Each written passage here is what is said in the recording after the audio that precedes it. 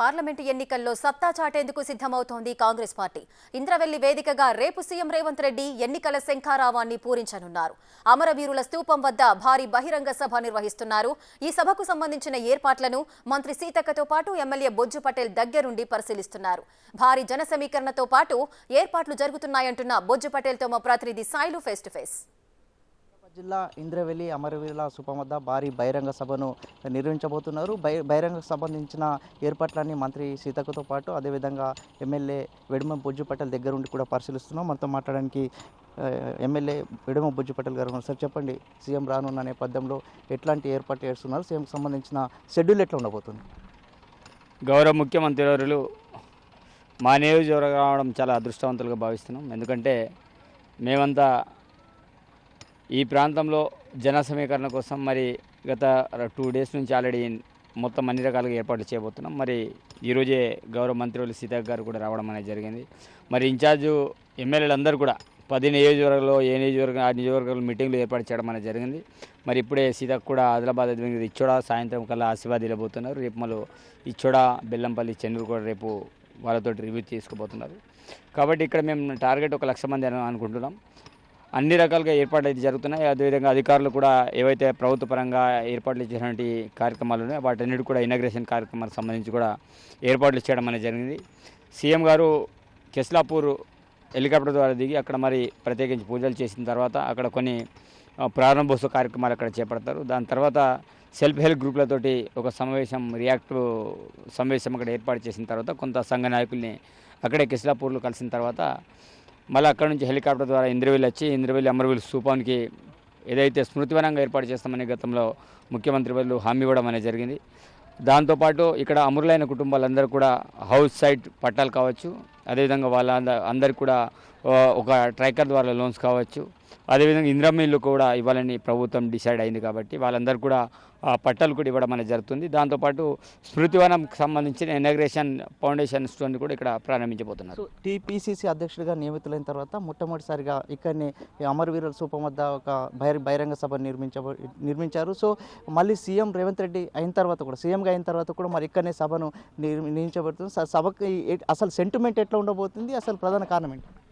ఈరోజు గౌరవ ముఖ్యమంత్రి ఆ రోజుల్లో పీసీసీ అధ్యక్షుల తర్వాత మొట్టమొదటి మీటింగ్ ఇక్కడ సమావేశాన్ని ఏర్పాటు చేయడం జరిగింది. అదొక మలుపురాయిగా చెప్పుకోవచ్చు. ఎందుకంటే ఆ రోజుల్లో కాంగ్రెస్ పార్టీకి అసలు చాలామంది అనుకున్నారు అధికారం ఉన్నటువంటి వాళ్ళు ఏమవుతుంది, వాళ్ళు ఏం చేసుకుంటారు అనుకుంటే ఆ రోజు లక్షలాది మంది జనాలు వచ్చి ఈరోజు కాంగ్రెస్ పార్టీకి ఊపిరి పోసినట్టు గడ్డ ఇది పోరాటాల గడ్డ.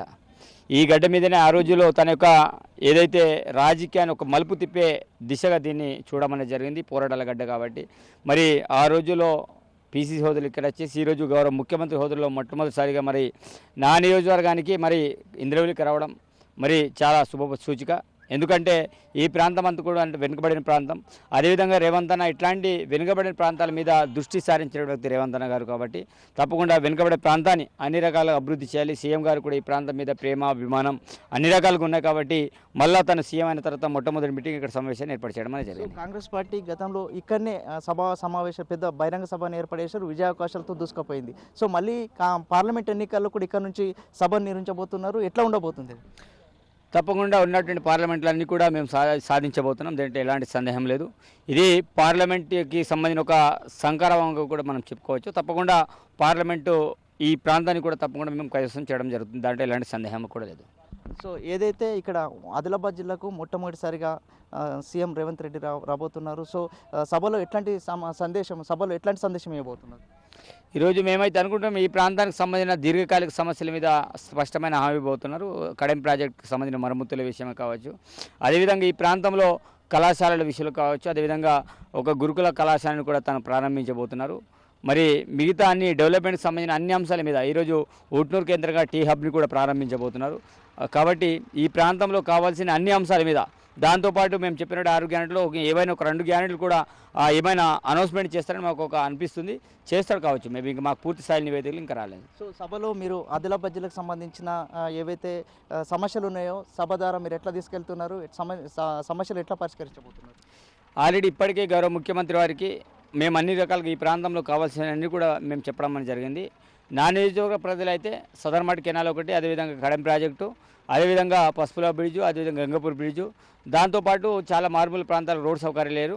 అదేవిధంగా బోత్ కాన్స్టిట్యూన్సీలో కుప్టి ప్రాజెక్టు, అదేవిధంగా కుమ్రంభీం జిల్లాలో ఏదైతే మెడికల్ హాస్పిటల్ నిర్మించడం అనేది జరిగింది, దాంట్లో స్టాఫ్ లేరు. ఆ స్టాఫ్తో పాటు అదేవిధంగా మనకు ఏంటిది మన వట్టివాకపోయే దాంట్లో ఒక పెద్ద బ్రిడ్జ్ ఉంటుంది. ఆ బ్రిడ్జ్ నిర్మాణం సంబంధించిన అంశాలు కావచ్చు. అదేవిధంగా ఆ ప్రాంతంలో కొన్ని నివేదికలకు 4 ముఖ్యమైన అంశాలు ఆ ప్రాంత కలెక్టర్ మాకు చెప్పడం అనేది జరిగింది. కాబట్టి ప్రాంతాల వారీగా డిఫరెంట్ సమస్యలను, ఆ సమస్యలను కూడా గౌరవ ముఖ్యమంత్రి దృష్టికి తీసుకురావడం అనేది జరిగింది. వాటిలో రేపు అనౌన్స్మెంట్ ఎందుకు చేస్తాడని మాకు అంత క్లారిటీగా లేదు. తెలంగాణ రాష్ట్రంలో పార్లమెంట్ ఎన్నికల్లో ఎన్ని సీట్లు కైవసం చేసుకోబోతున్నారు? తప్పకుండా మా టార్గెట్ 13 నుంచి 14 సీట్లు కైవసం చేయబోతాం. దాంట్లో ఎలాంటి అర్థం లేదు. Thank you so much. ఏదైతే ఈ రేపు 2 రోజుల తర్వాత కూడా సీఎం రేవంత్ రెడ్డి రానున్న నేపథ్యంలో ఇక్కడ ఏర్పాట్లన్నీ కూడా దగ్గరుండి మంత్రి సీతక్కతో పాటు అదేవిధంగా వెడుమబొజ్జు పటేల్ కూడా, ఎమ్మెల్యే వెడుమబొజ్జు పటేల్ కూడా దగ్గరుండి ఇవన్నీ ఏర్పాట్లకు సంబంధించిన అన్ని దగ్గరుండి పరిశీలిస్తున్న నేపథ్యం అయితే కనిపిస్తుంది. సీఎం రేవంత్ రెడ్డి మొదటిగా నాగోబా ఆలయాన్ని దర్శించుకున్న తర్వాత ఇక్కడ భారీ బహిరంగ సభలో ప్రసంగించబోతున్నారు. ఆదిలాబాద్కి సంబంధించిన సమస్యలన్నీ కూడా సీఎం దృష్టికి తీసుకెళ్తాం, వాటిని పరిష్కరిస్తామని చెప్పేసి ఎమ్మెల్యే వెడుమబొజ్జు పటేల్ చెప్తున్నారు. కెమెరామెన్ భూమేష్తో కలిసి సాయిలు, బిగ్ టీవీ, ఆదిలాబాద్.